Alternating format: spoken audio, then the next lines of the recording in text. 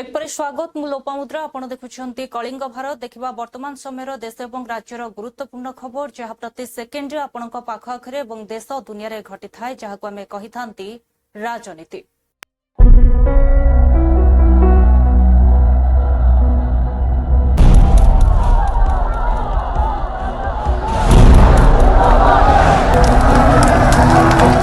राजनीति जेउठी गोटे ही सत्य जितिबा जेकोसी मूल्य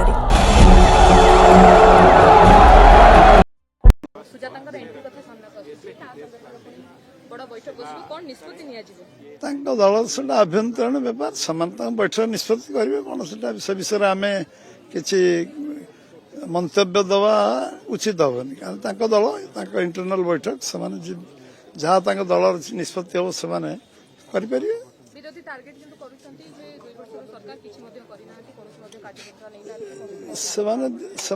ସେମାନେ कौन कर 15 वर्ष भीतर तार हिसाब दिंतु 2 वर्ष हिसाब तो आम समस्त सामने रखीचु 12 तारीख दिन से शुणे आम कौन कौन करूँ शुणे 12 तारीख दिन प्रधानमंत्री 20 तारीख आसवे रायरंगपुर आम जो 12 वर्ष और 2 वर्ष एक अवसर से सहमति एवं से दिन रायरंगपुर जो कार्यक्रम हम से कार्यक्रम रे 2 वर्ष पूर्ति भी ओडिशा सरकार 2 वर्ष पूर्ति और 12 वर्ष केंद्र सरकार पूरा कर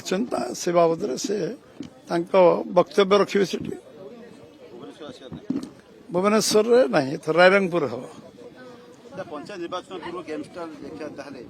बिजेडी कहूँ गोटे कमबैक करेंगे राजनीति दल तार कार्यकर्ता को उत्साहित करने कहबार असुविधा कौन है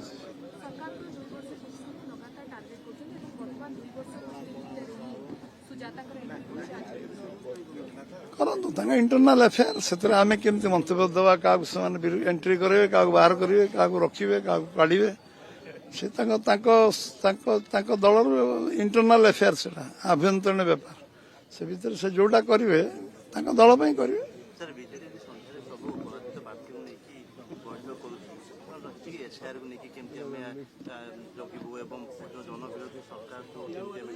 नवीन नवीन नवीन बाबू पचार से कहे कौन डाक कहीं डाक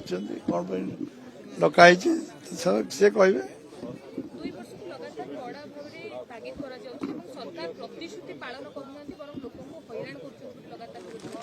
से कौन करुँच 15 वर्ष भीतर पचरा जापर नैतिक अधिकार अच्छी पचार अन्य को 15 वर्ष भीतर आम यही कम कहीलु आम 3टा मैनिफेस्टो आम निर्वाचन इस्तार या संकल्प पत्र लिखिलु आम यही कम कर 1 2 3 4 5 लिखु आप कहतु आगे 2 वर्ष कौन आम कर तो हिसाब दौचु परदिन दबू पुणी 12 तारीख दिन आउे दबू आम कौन करमर कार्यक्रम कौन अच्छी कौन आम कर संकल्प पत्र कौन लिखिलु आम तो 24 घंटा भितर 24 घंटा ही नाला आम संकल्प पत्र अनुसार कार्य कर चलचु आम ओथ नबार घंटे पर आम cabinet Dawki A to Z कर धान 3100 टका क्विंटाल से कहते से 10 टका के चाषी को देते धान बोनस देते इनपुट सब्सिडी देते आम 3100 टका देचु 2300 टका धान क्विंटाल थी 3100 देचु आज आम 4 थर धान किणी सारू चाषी को आम जहाँ कहीचु करुचु आम सुभद्रा कही आम दे सारीचु एवं जहाँ जहाँ आम कहीचु रत्नभंडार खोलीचु कौटा आम करना 4 द्वार खोलिया कहलु कलु आम तो ब्लैक एंड व्हाइट आगे हिसाब अच्छे सी कौन कहतु 15 वर्ष आम यह करें अथॉरिटी कर रास्ता या जलसेचन 3 थर मैनिफेस्टो से जहाँ लिखी गोटे इंच जमी जलसेचन करना आम 15 लाख हेक्टर जमी जलसेचन करने कार्य आरंभ कर सारी लंबा लंबा काम आरंभ कर सारी 15 लाख हेक्टर कहीचु आ सब काम आरंभ कर सारी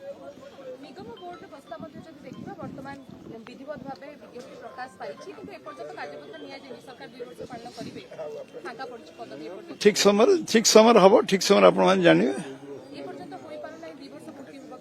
करा ठीक समय हम कि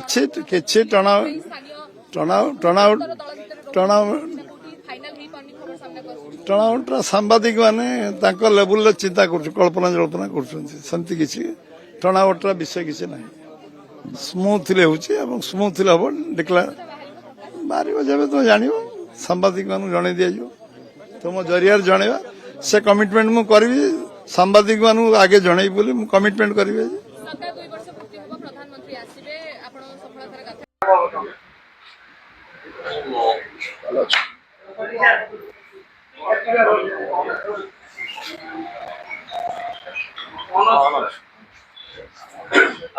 ଗାଥା आजिकार विषय वस्तु पर आपण समस्त को स्वागत करुच्ची। विषय वस्तु है गत 2 वर्ष राज्य सरकार को यू टर्न यू टर्न विषय आपण मान अवगत करने ओडावासी तरफ ये कथा को आनी आपण सम्मुखें थोड़ा कारण आज सब जगह आप देखिए गत काली केंद्र सरकार 12 वर्ष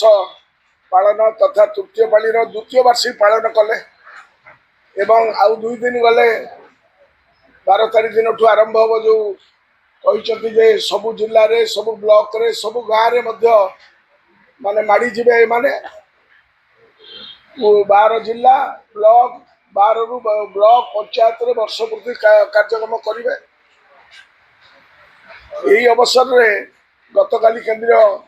मंत्री मान्यवर अर्जुन मेघवाल आसी केंद्र सरकार को कर्तृत्व बखाड़े तो साधारण लोकों 2014 मसीह जो कथा रखी जो प्रमिश करते से विषय में मेघवाल किसी कहले कि आपण मैंने भी किसी पचारे ना से सब भूली गले आउ आपण मैंने आउ शुणी पार्टी कि विदेश रु कलाधन आनी समस्त बैंक रे 15 लाख दवाटा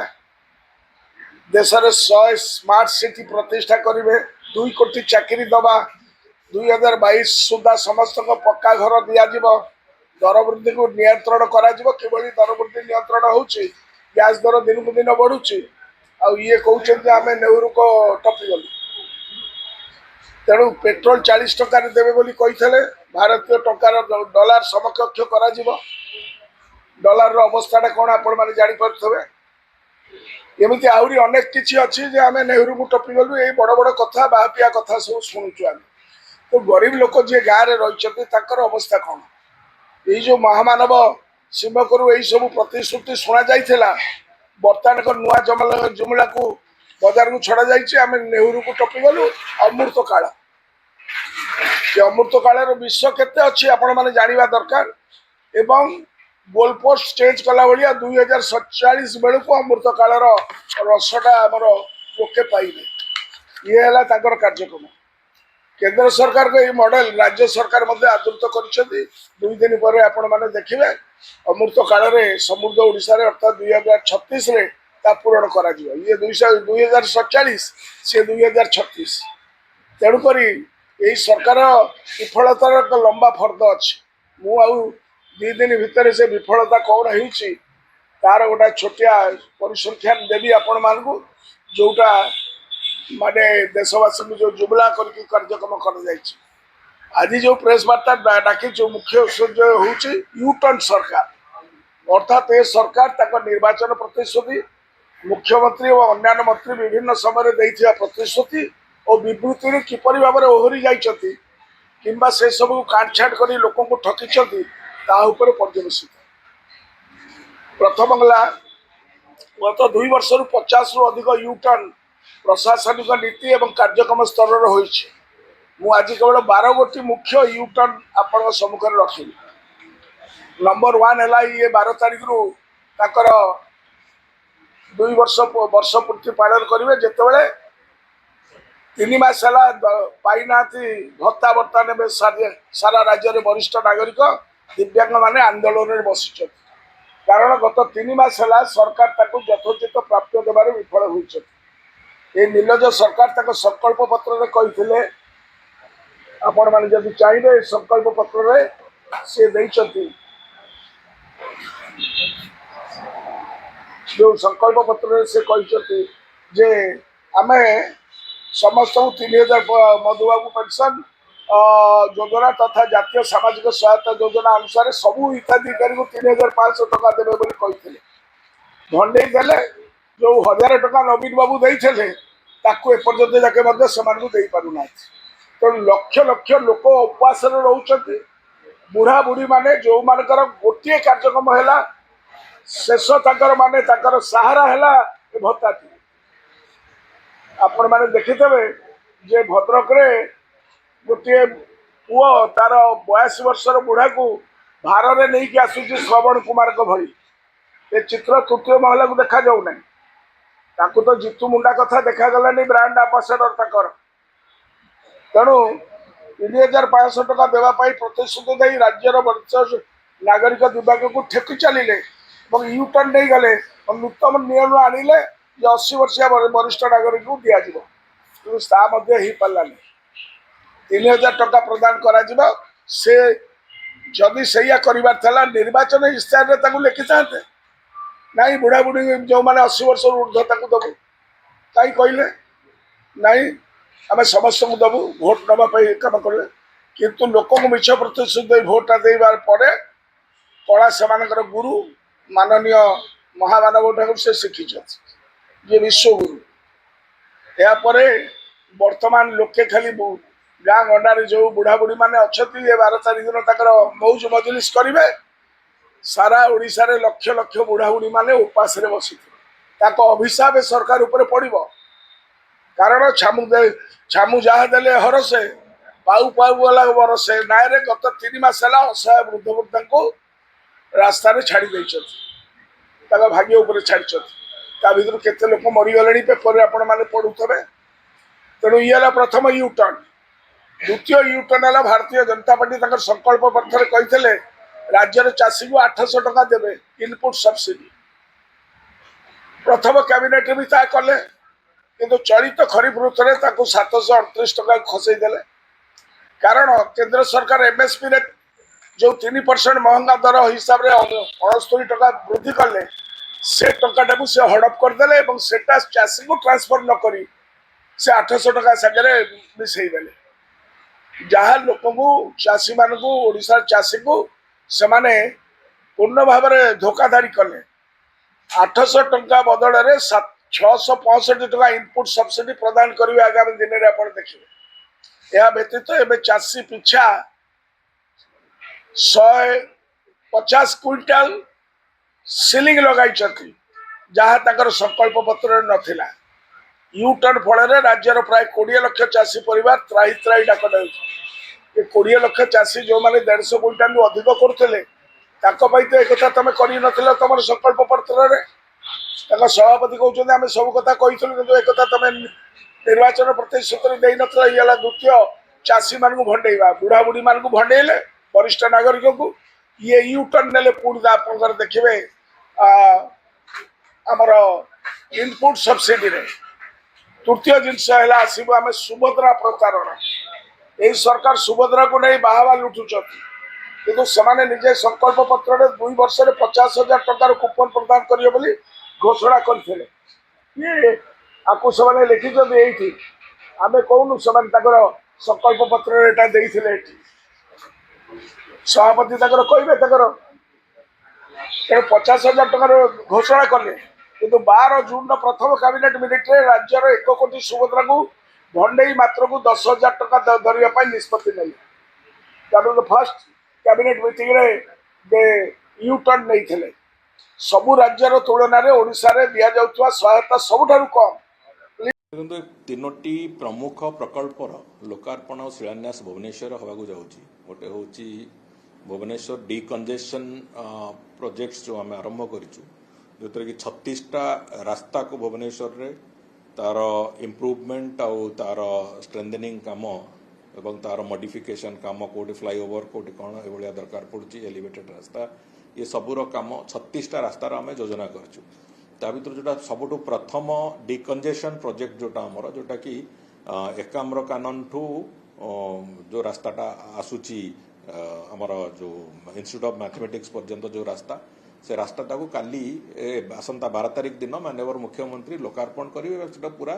ଥ୍ରୁ କରେଇଦେବେ। ଲୋକ ସେଟାକୁ ବ୍ୟବହାର କରିବେ, ଆରମ୍ଭ କରିବେ ଆସନ୍ତା 12 ତାରିଖ ପରଠୁ। ସେଇଟା ଗୋଟେ ସବୁଠୁ ବଡ଼ ଆମ ପାଇଁ ଗୁରୁତ୍ୱପୂର୍ଣ୍ଣ କଥା। ଏବଂ ପରବର୍ତ୍ତୀ ସମୟରେ ତା ସହିତ ଆମେ ଆଉ ଗୋଟିଏ ଡିକଞ୍ଜେସନ ପ୍ରୋଜେକ୍ଟର ସେକେଣ୍ଡ ବଡ଼ ପ୍ରୋଜେକ୍ଟ ଯୋଉଟା କୁହାଯାଉଛି, सेटा होची जो आपण जयदेव बिहार रु नंदनकानन जो रास्ता तार ग्राउंड ब्रेकिंग तार टेंडर सरिकी जो एजेंसी जे पाइचंती तांका सहित एग्रीमेंट इत्यादि सरीवा काम सरीची केवल काम आरंभ करने पूर्व ग्राउंड ब्रेकिंग रो जो प्रक्रिया ताकू 12 तारिख दिन माननीय मुख्यमंत्री ग्राउंड ब्रेकिंग करने आम तार योजना रखीचु एवं तृतीय होची गोटे अत्यंत अभिनव योजना भावधारे जोटा कि माननीय मुख्यमंत्री भी सेटा गोटे निजस्व परिकल्पना थिला कहले अत्युक्ति हेनी जे विभिन्न जिल्लार आसुवा लोक मानू एठी गोटे आवास जोगे दवा जो टेम्परारी आकोमोडेशन दवाई जो प्रक्रिया जो गोटे जनाश्रय भवन आम चिंता करूँ जनाश्रय भवन को यूनिट 2 रो एरिया रे जो जगह से जनाश्रय भवन हम जो पाखापाखि 3000 लोक विभिन्न जिलार आसुवा लोक मैंने गरीब लोक मैंने अत्यंत सब्सिडाइज रेट रहा खाइबार सुजोग पाइबे तांकर काम सारिकी घर को फेरी पारे से भाया एक व्यवस्था जो कराऊँच जनाश्रय भवन भी शिलान्यास से दिन मुख्यमंत्री हाथ में करा ये 3टी प्रमुख प्रकल्प आम विभाग निर्माण विभाग तरफ कराऊँच जोटा कि आम करुचु एवं ता सहित आउ पाखापाखि अनेक गुड़िए प्रोजेक्ट जमती कि आम पाखा 42टी प्रकल्प एवं आज तारीख रे भी जोड़िक प्रस्तुत अच्छी तार लोकार्पण होगापाई एवं 47टा प्रकल्प पाखापाखि आम तार फाउंडेशन स्टोन ले करने भी प्रस्तुत कर सारी या बाद भी आहरी अनेक गुड़िए प्रकल्प तार योजना जोड़िक होता एवं सिटी डिकंजेशन प्रकल्पर 36टी प्रकल्प भितर पाखापाखि 22टी प्रकल्पर एडमिनिस्ट्रेटिव अप्रूवाल हो सारी ताकू भी आम टेंडर प्रक्रिया को आरंभ कर तार भी शिलान्यास कर व्यवस्था आम यही मास भितर विभिन्न तारीख में माननीय मुख्यमंत्री द्वारा करें बोली चिंता करूँ तेणुक ये गोटे अत्यंत गतिशीलतार सहित आम जो निर्माण विभाग जो प्रकल्प गुड़िक आगू को नबू एवं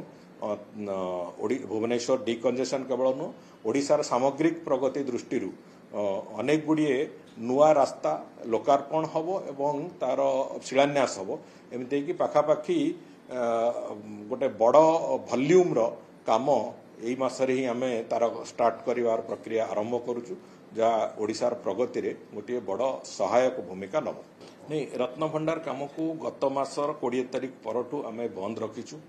बंद ये रखीचु जे रथयात्रा को आखि आगे रखिक जेहेतु रथयात्रा सबुठु गुरुत्वपूर्ण पर्व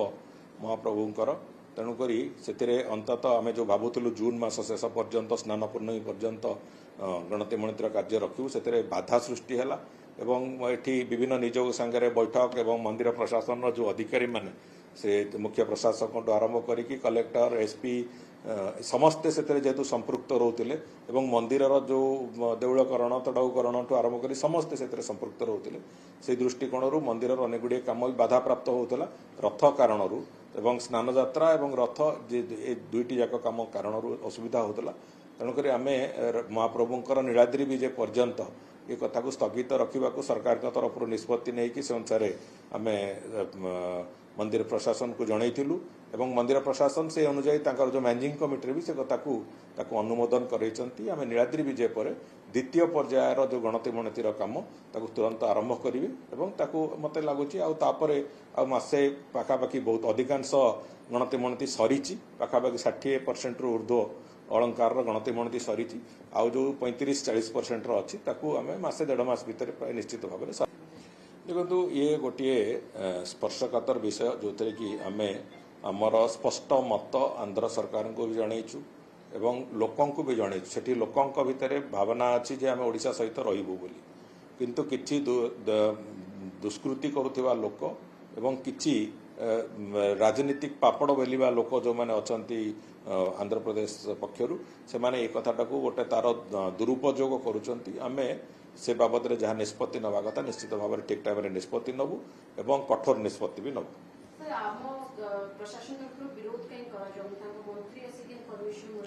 से बाबद रे जहाँ नोटिस को आसी नजर को आसी सरकार बाबद रे जहाँ पदक्षेप नवा कथा जिलापाल और अन्य कहुई से बाबद रे भी से निष्पत्ति निश्चित भाव में नेबे एवं जहाँ कार्यान्वयन करिया कथा करेंगे। देखो माननीय प्रधानमंत्री केवल सबुठु लॉन्गेस्ट सर्विंग प्रधानमंत्री हिसाब से नुहे सबुठु इफेक्टिव प्रधानमंत्री देश को विकास रास्तार चलाउथिबा प्रधानमंत्री ଏବଂ ଦେଶକୁ ଏକ ନୂଆ ରାସ୍ତା ନୂଆ ଦିଗ ଦେଖାଉଥିବା ପ୍ରଧାନମନ୍ତ୍ରୀ ହିସାବରେ ଗୋଟେ ରେକର୍ଡ ପୁରାପୁରି ଭାବରେ କରିଛନ୍ତି ଏବଂ କେବଳ ଆଜିର ସାମ୍ବାଦିକ ସମ୍ମିଳନୀରେ ଉପସ୍ଥିତ ଆମର ଉପସଭାପତି ସଂଗଠନ ସନ୍ତୋଷ ସିଂ ସାରୁଜା ମହୋଦୟ ଏବଂ ଆଜିର ଆକ୍ରୋଶ ର୍ୟାଲିର ଆୟୋଜନ କମିଟିର ଚେୟାରମ୍ୟାନ୍ ପାର୍ଟିର ଚିଫ୍ ହୁଇପ୍ ବିଧାନସଭାରେ ବିଧାୟକ ଆମର ରାଜନ ହେକ୍କା ମହୋଦୟ ଆମର ମିडिया ସେଲ୍ର ଚେୟାରମ୍ୟାନ୍ ଭାଇ ଅରବିନ୍ଦ ଦାସ ମହୋଦୟ ଆମର ଜିଲ୍ଲା ସଭାପତି ଭାଇ ଅମିତ ଏବଂ ଆମ ଗହରେ ଜଣେ ଭଉଣୀ ଅଛନ୍ତି ଶିପ୍ରା ମଲ୍ଲିକ ମହୋଦୟ ଉପସ୍ଥିତ ସମସ୍ତ ସାମ୍ବାଦିକ ବନ୍ଧୁଗଣ ଏବଂ ମିଡ଼ିଆ ପ୍ରିଣ୍ଟ ମିଡ଼ିଆ ସବୁ ଭାଇ ଭଉଣୀମାନେ ଆଜି ବହୁଦିନ ପରେ ବୀର ସୁରେନ୍ଦ୍ର ସାଏଙ୍କର ସଂଘର୍ଷ ଭୂମି ମାଟିରେ ଛାତ୍ର ଆନ୍ଦୋଳନର ଗୋଟାଏ କେନ୍ଦ୍ରସ୍ଥଳୀ ସମ୍ବଲପୁରରେ ଯୋଉଠି ଏ ଅଞ୍ଚଳର ଛାତ୍ରଛାତ୍ରୀମାନେ ଆମେ ସମସ୍ତେ ପାଠ ପଢ଼ି ମଣିଷ ହେଇକରି ରାଜ୍ୟ ପାଇଁ ଦେଶ ପାଇଁ ଜନ୍ମଭୂମି ପାଇଁ କାମ କରି ଆସୁଛୁ ସେଇ ବୀର ଭୂମିରେ ଆଜି ଛାତ୍ରମାନଙ୍କର ଆକ୍ରୋଶ କାର୍ଯ୍ୟକ୍ରମ ରହିଛି ଯେଉଁ ମହାନ ଉଦ୍ଦେଶ୍ୟ ପାଇଁ ହେଇଛି କ୍ରମାଗତ ଭାବରେ ଲଗାତାର ଏକ ନାହିଁ 10 ବର୍ଷ ଭିତରେ 89 ଟାଇମ୍ସ 98 ଥର ପ୍ରଶ୍ନପତ୍ର ଲିକ୍ ହେଇକରି ବର୍ଷକୁ ଲକ୍ଷ ଲକ୍ଷ ଧରିଲେ କୋଟିରୁ ବି ଅଧିକ ଛାତ୍ରଛାତ୍ରୀମାନଙ୍କର ଜୀବନକୁ ଅନ୍ଧକାର କରିବାର ପ୍ରୟାସ ଚେଷ୍ଟା ଏବଂ କୁକର୍ମ ଭାରତୀୟ ଜନତା ପାର୍ଟିର କେନ୍ଦ୍ର ସରକାର ସମୟରେ ହେଇ ଆସିଛି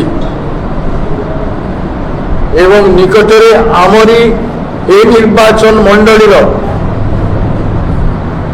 ସାଂସଦ ସେ ହିଁ ଶିକ୍ଷାମନ୍ତ୍ରୀ ଅଛନ୍ତି ସେଥିପାଇଁ ପ୍ରଶ୍ନ ଉଠୁଛି ଆମ ସମ୍ମାନ ସ୍ୱାଭିମାନର ଏବଂ ଓଡ଼ିଶା ମାଟିର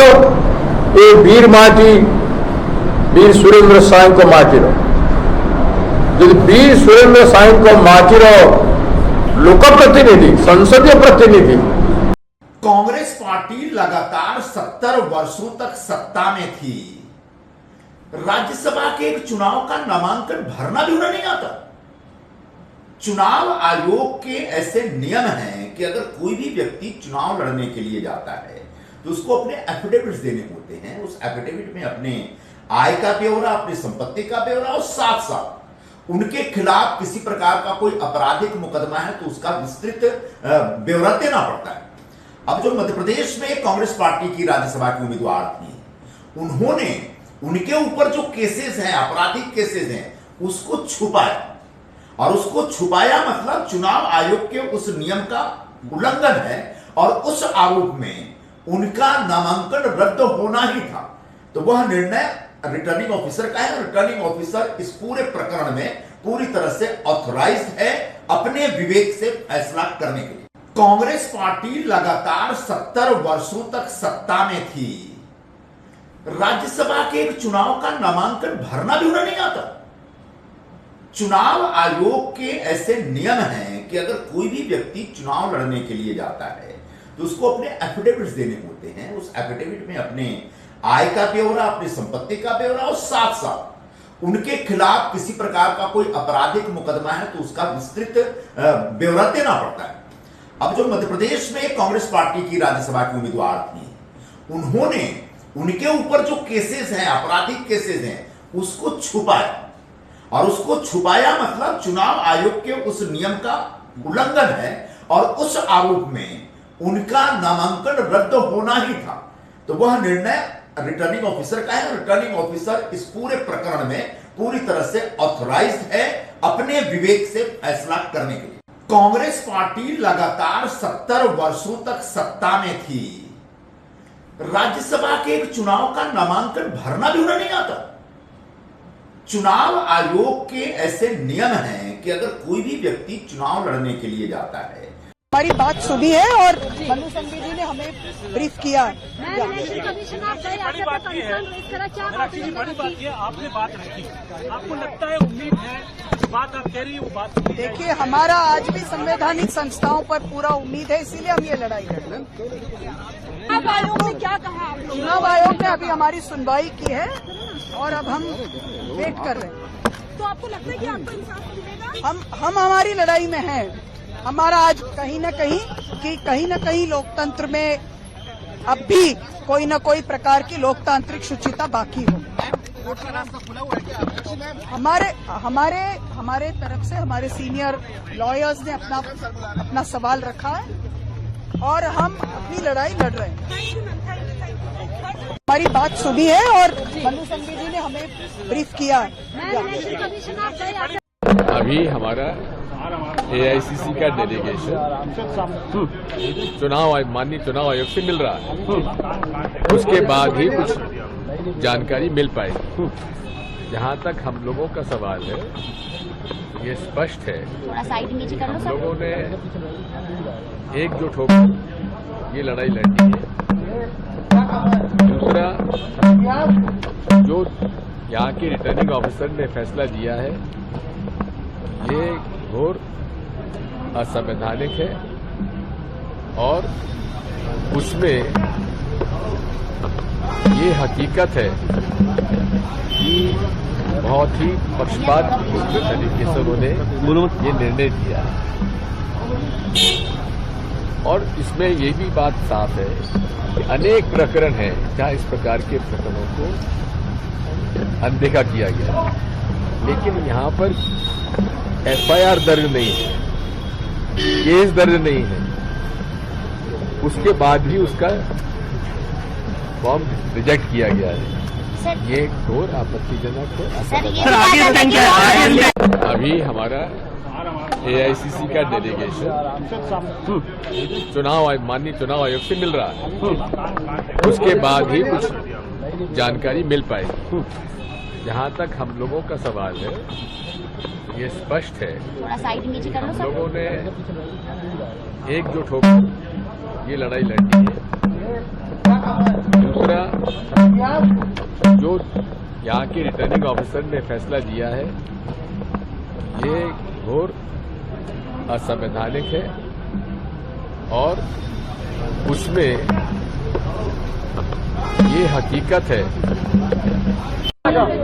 English Friends, let me just summarize what I've said in English. As Mr. Venugopal has said, this delegation of all these people standing here with us, we had a detailed representation to the Election Commission. We have told them and we have demonstrated according to us, beyond doubt and beyond any matter of controversy, that the RO has passed a perverse order. A order akin to writing 2 plus 2 is equal to 7, not 5. Why do I say so? The Election Commission's own law, the Representation of People's Act, has a section 33A, which says that you have to disclose. This is a requirement of only disclosure. But first, you have to disclose only those cases which देखुले वर्तमान समय देश और राज्यर गुरुत्वपूर्ण खबर को नहीं राजनीति समय हो एक ब्रेक पर खबर प्रसारण जारी रहिबो। देखुथांतु कलिंग भारत।